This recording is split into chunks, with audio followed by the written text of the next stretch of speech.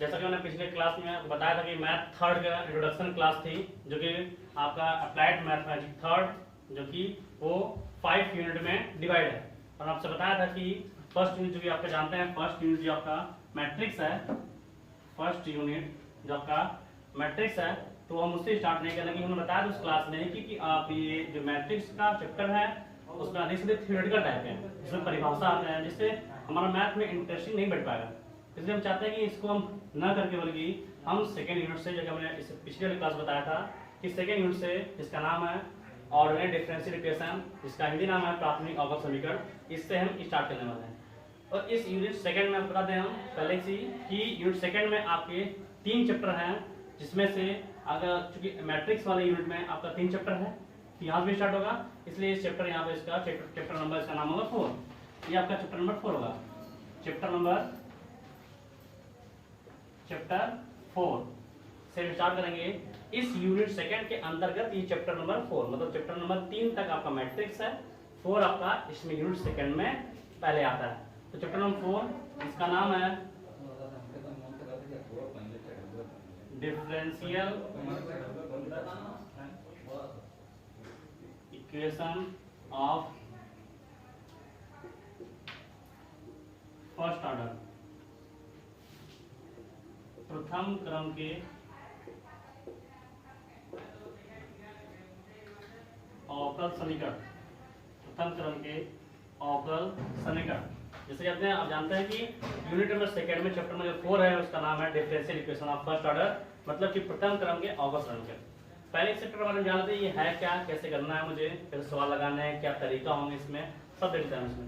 इसका नाम है प्रथम क्रम, क्योंकि हम जानते हैं इसमें क्या लिखा है, प्रथम क्रम अवकल समीकरण। क्योंकि आप जानते हैं कि अवकलन मतलब होता है कि हम जानते हैं जैसे कि D D X of I ऐसे होते हैं, फिर इसके बाद D two Y by D X two ऐसे लिखा होता है, ये सब हमारे अवकलन होता है।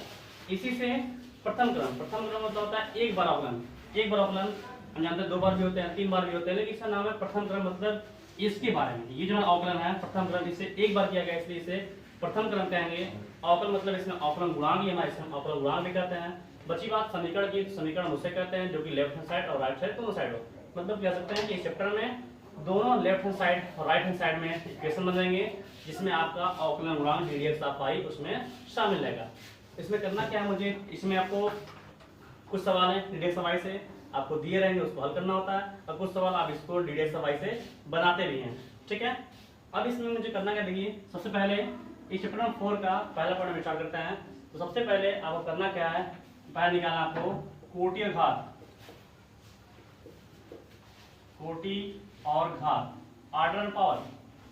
जैसे सबसे पहले आपको जो इक्वेशन दिया रहेगा उसमें अगर पहले से चैप्टर नंबर 4 का ये पहला पॉइंट है, कोटि, किसी भी समीकरण का कोटि और घात कैसे निकालते हैं। तो मुझे पता है कि कोटि और घात मुझे निकालना है, तो कोटि होता क्या है, जो भी आपको पहले समीकरण दिया रहेगा, जो भी समीकरण आपको दिए रहेंगे उसमें आपको 2 बार अवकलन, 3 बार, 4 बार अवकलन समीकरण को मिले रहेंगे। आपको कोटि और घात बताना है, तब पहले ये पहचान लेंगे कि उस समीकरण में सबसे अधिक बार कितनी बार अवकलन किया गया है। उस समीकरण में जो सबसे अधिक बार अवकलन किया गया होगा वही आपका कोटि कहलाएगा, और उसी घात पूरे समीकरण का घात कहलाएगा। लेकिन ये कोटि और घात आप तब बताएंगे जब उस इक्वेशन में, जिस इक्वेशन में आपको कोटि और घात निकालना है, अगर उस इक्वेशन में कोई बटे वाली बात, कोई भिन्नात्मक वाली बात, या फिर किसी के घात के पावर में 1/2, किसी के घात के पावर में 1/3, अगर ऐसे हैं तो जब तक आप उनको हटाएंगे नहीं तब तक आप कोटि और घात बताएंगे नहीं। एक बार फिर समझते हैं, कोटि और घात में पहले समीकरण को देखेंगे, उस समीकरण में जो सबसे अधिक बार अवकलन किया गया होता है वही आपका कोटि कहलाएगा, और उसी घात पूरे समीकरण का घात कहलाएगा। जैसे कि मान हम देख लेते हैं समझ सवाल को, जैसे ऐसा सवाल लिखा गया है D two Y by D X two plus, मान यहाँ पावर से क्यूब है, plus D D X of Y के पावर 6 समझ लीजिए, प्लस डी थ्री वाई बटे डी एक्स क्यूब बराबर 0 है। अगर हमसे पूछ दिया जाए कि इस इक्वेशन बताइए मुझे कोटि और घात कितना होगा, तो पहले ये देखें कोटि और घात बताना है, तो पहले हम ये समझ लेंगे इसमें सबसे अधिक बार कितनी बार अवकलन किया गया है। तो यहाँ पर देख रहे हैं ये 2 बार भी अवकलन है, ये हमारा 1 बार अवकलन, ये हमारा 3 बार। तो मुझे ये देखना है सबसे अधिक बार कितनी बार अवकलन हो रहा है, तो सबसे अधिक बार कितनी बार हो रहा है, 3 बार।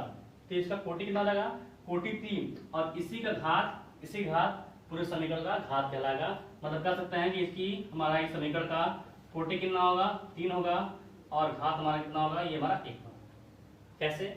क्योंकि जो सबसे अधिक बार अवकलन, जैसे हम समझ लेते हैं यहाँ पर इसके बारे में, इसके पावर में 3 है, पावर में 6 है, पावर में 5 जो भी है, इसका मतलब क्या? जैसे हम x का लिखे होते हैं ऐसे, x का लिख दिए, क्या मतलब होता है? इसका मतलब होता है x इंटू एक्स, मतलब इसको मुझे 2 बार लिखना है, इसको मुझे 2 बार लिखना है। वैसे यहाँ पर ऐसे लिखा, क्यों लिखा? इसका क्या मतलब है कि d2 है जो 2 बार हमारा अवकलन है, इसको 3 बार इंटू करना है।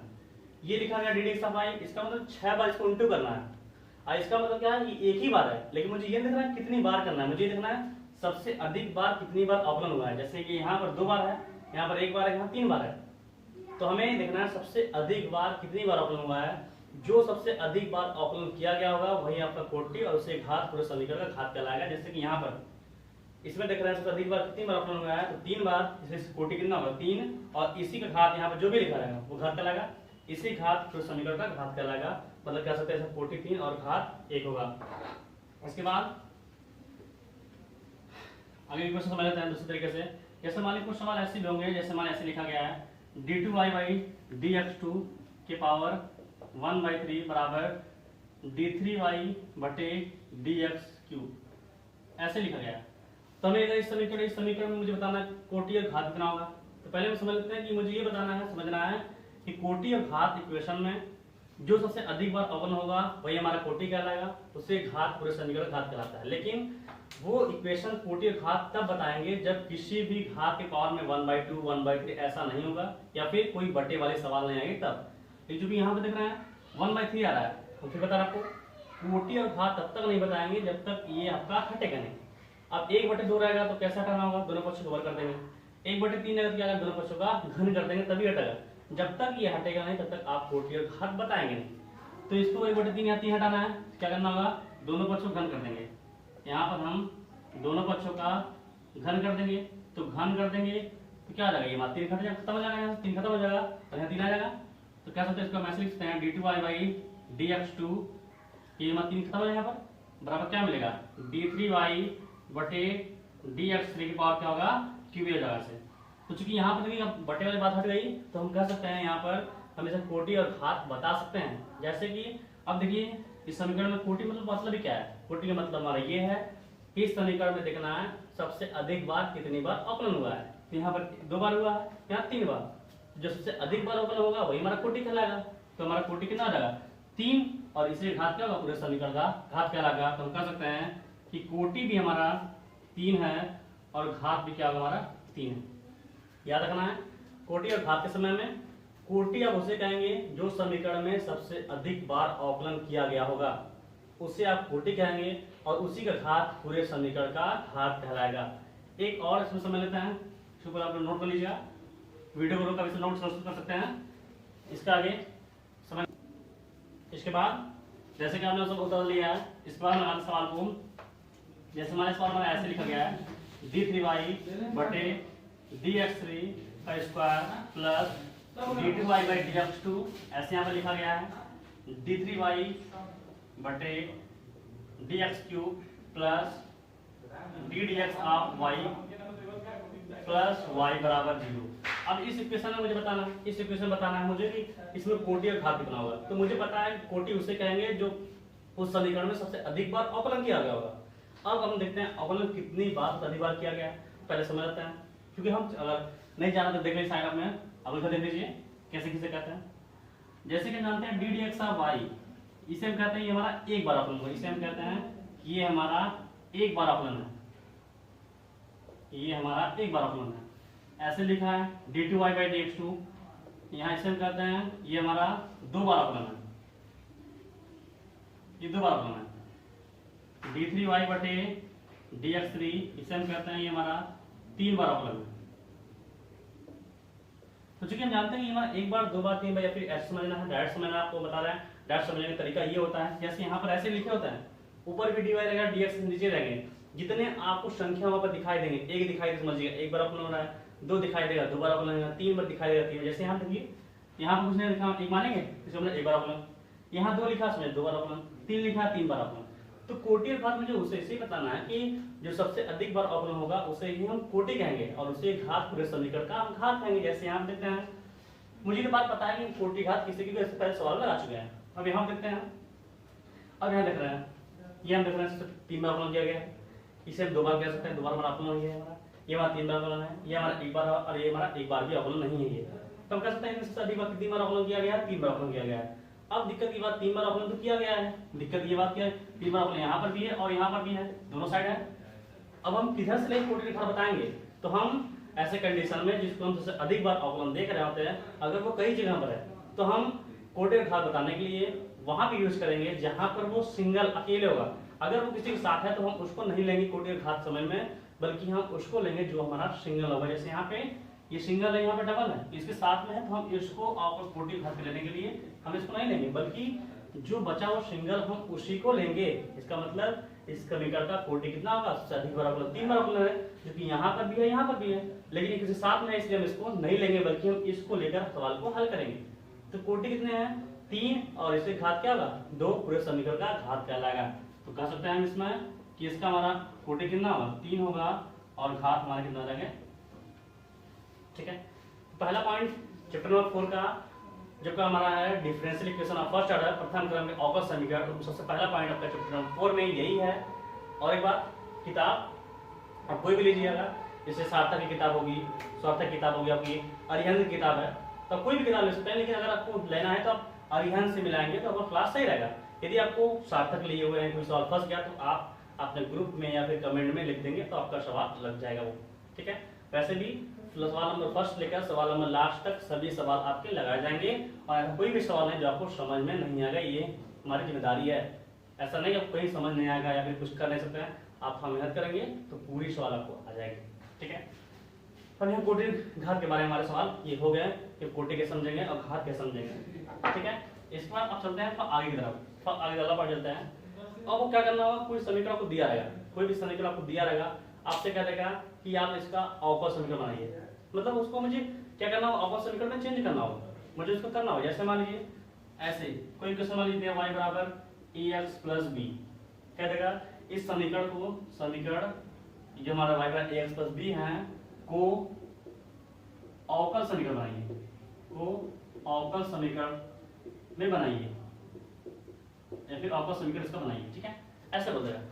तो अब मुझे बात अवकल समीकरण क्या होता है, तो हमने फिर बता दिया आपको। अवकल समीकरण का मतलब ये होता है कि अवकल मतलब अवकलन D D X of Y, D two Y by D X two, D सब अवकलन ही होता है। तो वो समीकरण मतलब क्या होता है, लेफ्ट हैंड साइड और राइट साइड दोनों साइड होंगे, वही हमारा अवकल समीकरण कहलाएगा। ठीक है, तो हम समीकरण किसी भी समीकरण को अवकल समीकरण में चेंज करना होता है, डिफरेंशियल इक्वेशन में चेंज करना होता है, तो इसका अवकल समीकरण का इंग्लिश नाम जो होता है वो डिफरेंशियल इक्वेशन होता है। तो इस समीकरण को मुझे अगर डिफरेंशियल इक्वेशन में चेंज करना है तो मुझे पहले ये समझना होता है कि हम क्या नियम इसके। तो पहला अच्छा नियम ये है कि सबसे पहले आपको जिस समीकरण को अवकल समीकरण में चेंज करना है, सबसे पहले आप उसमें ये देख लेंगे कि उसमें कितने कांस्टेंट, कांस्टेंट किसे कहते हैं, ए से लेकर जेड तक, जैसे ए बी सी डी ऐसे ए टू जेड, ये सभी कांस्टेंट कहलाएंगे। उसके बाद कोई सिंबल हो गया, साई हो गया, जैसे जानते हैं साई हमारा ऐसे होता है, साई हो गया, फाई हो गया, ईटा हो गया, ये सभी हमारे कांस्टेंट हैं। ये हो गया ए से लेकर ए टू जेड, ये सभी हमारे कांस्टेंट के अंतर्गत आएंगे, ये सभी हमारे कांस्टेंट के अंतर्गत आएंगे। ठीक है, तो अब कांस्टेंट के अंतर्गत आएंगे तो मुझे करना क्या है, कैसे बताना है, तो ये समझ लीजिए। समीकरण आपको दिया रहेगा, सबसे पहले आप करेंगे क्या, कांस्टेंट गिन लेंगे कि हमारे पास कितने कांस्टेंट है। और मुझे पता क्या है, मुझे ये पता है कि कांस्टेंट हम किसे मानेंगे, तो ए से लेकर जेड तक सभी कांस्टेंट मानना ही है। फिर साई पाई ईटा ये सब भी शामिल हैं किसी इक्वेशन में, तो उनको भी हम कांस्टेंट मान के सवाल को हल करेंगे। अब देखिए ऐसे ये हमारा समीकरण लिखा गया है, अब मुझे समीकरण लिखा गया है तो अब इसे कैसे हम संचय करेंगे, तो सबसे पहले इसमें कांस्टेंट को हम गिन लेंगे कि कितने कांस्टेंट है।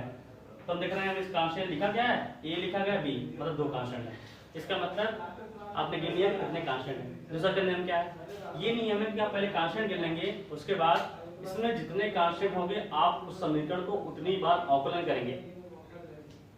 फिर उसके बाद अवकलन करने के बाद जिसको आप कांस्टेंट मान के सवाल को हल कर रहे हैं, उसको कांस्टेंट को आप अपने समीकरण जो आपने अवकलन किया हुआ है उनको कैसे भी किसी तरीके से समीकरण हल करके जिसको आप कांस्टेंट मान रहे हैं उसको आप कैसे भी हटा दीजिए, और जैसे ही जिसको आपने कांस्टेंट माना है वो हट जाएगा, तो जो आपका इक्वेशन बचेगा वही आपका अवकल समीकरण कहलाता है। फिर सुन लीजिए, जैसे इक्वेशन में आपको अवकल समीकरण बनाना है तो सबसे पहले आप उसमें कांस्टेंट को आप गिन लेंगे कितने इसमें कांस्टेंट है, जितने कांस्टेंट रहेंगे आप उस समीकरण को उतनी बार अवकलन करेंगे। अवकलन करने के बाद जिसको आप कांस्टेंट मान रहे हैं उसको किसी तरीके से हल कर दीजिए, और जैसे ही वो हट जाएगा, वो हमारा जिसको कांस्टेंट माने हुए हैं, अगर वो हट जाता है तो हमारा जो इक्वेशन बचेगा वही हमारा अवकल समीकरण कहलाता है। ठीक है, देखिए इसको बनाते हैं, कैसे बनता है ये। अब यहाँ देखते हैं कि इसमें कितने कांस्टेंट है, तो दो हमारे कौन कौन, ए और बी। हमने बताया है कांस्टेंट ए टू जेड मानना है, साई फाई का कोई कांस्टेंट है उसको भी मुझे कांस्टेंट में ही लेना होता है। तो यहाँ पे देखिए ए और बी हमारे क्या है, कांस्टेंट है। कितने कांस्टेंट हो गए, दो। पहला हमारा काम यही है कि हम कांस्टेंट के लिए दो हो गए, तो दो होंगे। जितने कांस्टेंट रहेंगे इस समीकरण को हम उतनी बार अवकलन करेंगे, मतलब इसको क्या करना है, मुझे दो बार अवकलन करना है। ठीक है, पहले अवकलन करते हैं डी dx ऑफ y बराबर।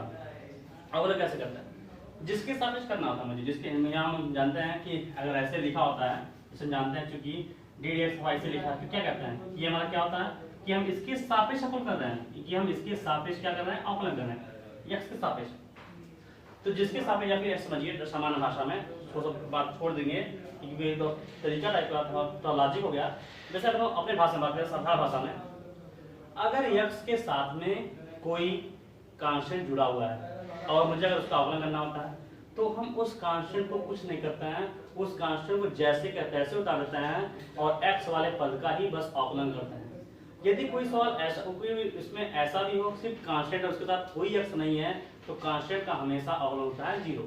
ठीक है, और एक बात, यदि आपको अवकलन करना है तो चूंकि मुझे पता है कि x पावर n हो, ऐसे x क्यूब हो, x पावर, x का कोई भी अवकलन करना होता है, चाहे वो बट्टे में हो, चाहे घात में हो, चाहे बड़ा हो, चाहे छोटा हो, किसी भी तरीके से मुझे अगर उनका अवकलन करना है तो उसका अवकलन करने का एक ही तरीका होता है, वो ये है कि अगर मान लीजिए आप किसी का भी अवकलन कर रहे हैं, वो भी x वाले पद का, तो आपको उसका अवकलन करने का तरीका होता है कि जो घात है वो पहले चलाएगा, जिसका मान हम इसका अवकलन कर रहे हैं, इसका घात क्या जाएगा, पहले चलाएगा, घात में से क्या होगा, एक घट जाएगा, तो ये हमारा इसका अवकलन कहलाता है। फिर यहाँ से हम समझते हैं, क्योंकि हमने बताया कि आपको x के साथ क्या है, कांस्टेंट है, तो कांस्टेंट आप चुनेंगे जैसे का तैसे रहेगा और बस x वाले पद का ही अवकलन करेंगे। कैसे करना होता है, उसको सेम फार्मूला के x पर n है, मतलब कि घात पे पहले आएंगे, घात में से घटा देंगे। जैसे यहाँ पर मान लें एक हो सकता है, तो हमारा एक क्या होगा, पहले चलाएगा और एक में से क्या होगा, एक घटेगा, क्योंकि हमारे घात से घटाना होता है, तो घात से घटा देंगे हमने, प्लस प्लस कर दिए। अब देखिए b हमारा क्या है, कांस्टेंट है, तो चूंकि कांस्टेंट है, ठीक है, यहाँ a भी कांस्टेंट था, लेकिन इसके साथ कोई x है तो x नहीं है, और किसी भी कांस्टेंट का x नहीं है तो उसका अवकलन हमेशा क्या होगा, 0 होगा, हमने 0 कर दिया। फिर इसको हल करते हैं, हल कर दिए डी dx ऑफ y बराबर x पावर 1 - 1 कितना होगा, 0, और किसी का 0 का मान क्या होता है, 1, तो 1 इंटू a कितना होगा, a, और प्लस 0 क्या, 0, खत्म हो। तो हमने कितनी बार अवकलन किया, तो हमने एक बार अवकलन, क्योंकि कितनी बार करना है, दो बार, क्योंकि इसमें दो कांस्टेंट है, दोबारा करेंगे, तो दोबारा जब लिखेंगे तो लिख देंगे पुनः, या फिर दोबारा ऐसे लिख देंगे, पुनः करने पर लिख देंगे, या फिर कह देंगे कि दोबारा अवकलन करने पर, पुनः अवकलन करने पर। जब पुनः करेंगे मतलब दोबारा कर रहे हैं, डी2 और dx ऐसे लिखेंगे। तो अब मुझे अब इसका मुझे करना होता है, मतलब जो हमारा आएगा हम उसका करेंगे, तो जो आया इसका करेंगे दोबारा, तो इसका करेंगे, तो ये कांस्टेंट है, ये कांस्टेंट हो गया, इसके साथ कोई x है, कोई x नहीं है, तो नहीं है, तो हमारा कांस्टेंट का अवकलन क्या होता है, 0। ठीक है, तो हमने क्या देखा, तो हमने ये देखा कि इसमें कितने कांस्टेंट है, दो कांस्टेंट है, तो हमने इसमें क्या किया, दो बार अवकलन कर दिया, और जो किसको कांस्टेंट माना था, जिसको हमने कांस्टेंट माना है, वो क्या हो गया, हट गया। जब ये हट गया तो ये हमारा क्या कहलाएगा, ये हमारा अवकल समीकरण कहलाएगा। ठीक है, अब इसके बाद इसके ऊपर उतार लीजिए, इसके ऊपर आप लोग नोट कर लीजिए कैसे कैसे करना आता है, कोई भी इक्वेशन किस तरह बनाएंगे। ठीक है, ये क्या, अब इसका निकलते हैं फंसा अलग थोड़ा। ये आपको ऐसा लग रहा होगा कि ये तो सवाल आसान था, क्योंकि आपने इसमें देखा कि दोबारा आपने अवकलन कर दिया तो खत्म हो गया, क्योंकि हम दिमाग लगाया नहीं। लेकिन अब जो दिमाग लगाने वाले ये है, देखिए जैसे का सवाल मान लें y पर ऐसे लिखा गया है a cos x plus b sin x। जैसा कि मैंने बताया आपको कि आपको इस चैप्टर मैथ जो थर्ड है, जो अपना अप्लाइड मैथ में थर्ड जो है, जो हमारा बेसिक लेवल की मैथ है, तो अगर उसको मुझे पढ़ना है एकदम आसानी से, क्योंकि हम ज़्यादा सोचेंगे, ज़्यादा हम पढ़ाएंगे, एक एक सवाल, एक टॉपिक, एक पॉइंट आपको हम तोड़कर सही समझाएंगे, जिससे आपको कभी प्रॉब्लम कभी नहीं होगी। लेकिन तब भी आपको एक इसको एकदम मैथ को एकदम आसान, हम लोग को ऐसे पढ़ना है, इस तरह पढ़ना है कि हम इस मैथ को एकदम आसान बना देंगे। लेकिन थोड़ी सी आपकी हेल्प चाहिए ये कि आप जितने भी अवकलन समाकलन के जितने फार्मूला हैं, जितने तरीका है, यदि आपको नहीं आता है कोई बात नहीं है। आपको नहीं आता तो आपको सिखाने के लिए हम लोग हैं। अगर आपको मानी नहीं आता है किसी को भी तो आप ग्रुप में कमेंट कर दें। इससे हम, अगर आपको लगता है, मुझे ऐसा लगता है कि अगर कुछ लड़के ऐसे भी होंगे जिनको अवकलन समाकलन में दिक्कत होगी तो कुछ क्लास हम अवकलन समाकलन के अलग से ला देंगे, जिससे कि आपको पढ़ने में आसानी हो जाए। अवकलन समाकलन चूंकि आपको हम ऐसा पढ़ाएंगे कि आपको मैथ सबसे बढ़िया, सबसे मजेदार लगेगा कि पढ़ने में आपको बहुत ही मजेदार मैथ है। लेकिन बस एक ही रीजन है कि आप लोग जरूर से जरूर आप अवकलन समाकलन के जितने भी फार्मूला हैं, जितने उसके तरीका हैं, कौन कैसे होता है, कौन कैसे नहीं होता, इन सबको अगर आप याद रखते हैं तो ये बहुत आसान हो जाएगा। अगर नहीं याद करते हैं कोई बात नहीं है, आपको पढ़ाने के लिए, आपको बताने के लिए हम लोग हैं ही, लेकिन आप उस चीज को बताएंगे तब। इसलिए आपसे कह रहे हैं कि हम, अगर आपको अवकलन समाकलन में प्रॉब्लम हो, क्योंकि हम ऐसा बताएंगे इस सवाल में कि आपको अवकलन समाकलन में दिक्कत भी है तभी हो जाए, लेकिन एक बार जरूर आप देख लीजिएगा, समझ लीजिएगा। अगर आपसे नहीं हो पाता है तो आप जरूर कमेंट में या ग्रुप में जो भी आप ऐड हुए हैं आप उसमें अपना प्रॉब्लम बताइए। हम लोग को अगर लगता है कि ऐसा कुछ दिक्कत है तो आपके लिए जरूर हम 2-3 वीडियो समाकलन और अवकलन के अलग से लाएंगे, जिससे आपको आगे पढ़ने में कोई प्रॉब्लम ना हो। ठीक है, तो आप लोग जरूर ये बात ध्यान रखिएगा। अब देखते हैं y बराबर a cos x plus b sin x। अगर मुझसे बोले ये समीकरण है, मुझे इसको बदलना है किसमें, अवकल समीकरण में। इसको मुझे चेंज करना है अवकल समीकरण में, इसको चेंज करना है मुझे अवकल समीकरण में। कैसे करना है, तो इसमें करना क्या है, सबसे पहले इस समीकरण में पहचाने क्या, इसमें कांस्टेंट किससे मानना है, a से लेकर z तक, साई फाई ईटा, अगर ऐसे भी है तो सब कांस्टेंट मानेंगे। ठीक है, तो पहले कांस्टेंट गिन लेते हैं। इसमें कितने कांस्टेंट है, तो हम देख रहे हैं हमारा a और b दो कांस्टेंट है। इसका मतलब जिस समीकरण में जितने कांस्टेंट रहेंगे हम उस समीकरण उतनी बार अवकलन करेंगे। दो कांस्टेंट है तो हम इसको 2 बार अवकलन करेंगे। ठीक है, पहली बार अवकलन करते हैं D D X of Y बराबर, चूंकि हमें पता है कि x वाले पद के साथ अगर कांस्टेंट जुड़ा है तो हम उस कांस्टेंट को जैसे का तैसे रखेंगे, उसको हम कुछ नहीं करते हैं। तो ये x वाले पद के साथ में a है तो हम इसको a में कुछ नहीं करेंगे, a का अवकलन नहीं करते हैं, बल्कि जो x वाला पद है हम इसी का अवकलन करेंगे। अब cos का अवकलन क्या होता है, माइनस साइन x, तो cos x का अवकलन होता है माइनस साइन x, प्लस का भी प्लस का भी। b x साथ में है तो भी बता रहे हो बात कि x वाले पद के साथ में अगर आपका कोई कांस्टेंट है तो आप कांस्टेंट को कुछ भी नहीं करेंगे, जैसे का तैसे उतार देंगे। तो b है, b हम उतार दिए, इनटू ये हमारा x वाला पद है तो मुझे इसका अवकलन करना होगा। तो sin x है, sin x क्या होता है cos x, ये हमारा हो गया cos x। ठीक है, अब ये cos हो गया। अब ये हल करते हैं डी एक्स ऑफ आई बराबर क्या होगा हमारा a into minus sine x, तो क्या रहेगा माइनस a sin x, अब प्लस b इंटू कॉस क्या आ जाएगा, साथ में देंगे क्या आ जाएगा b cos x। ये बना भी एक बार अवकलन होगा, क्योंकि मुझे 2 बार अवकलन करना है। क्यों, ये 2 कांस्टेंट तो हमें 2 बार करना है। ठीक है, अभी एक बार हुआ है, अब इसका फिर करेंगे तो दोबारा हो जाएगा। करते हैं, फिर लिख देंगे आप पुनः अवकलन करने पर, पुनः अवकलन लिख देंगे करने पर, या फिर देंगे दोबारा अवकलन करने पर। ऐसे d2y बाई dx2 दोबारा अवकलन कर रहे हैं, तो यहाँ हम देख रहे हैं क्या, फिर कांस्टेंट आ गए। तो चूंकि हम जानते हैं कि x वाले पद का ही मुझे अवकलन करना है, कांस्टेंट का नहीं करना है, तो कांस्टेंट जैसे का तैसे उतर जाएगा, माइनस a उतर गया। साइन x का, तो इसका x वाले पद का अवकलन करना, साइन क्या होता है cos x, तो साइन x क्या हो जाएगा cos x, प्लस है प्लस उतार दिए प्लस b, और साइन cos x से x वाले पद का ही अवकलन करेंगे तो cos क्या होगा माइनस साइन x।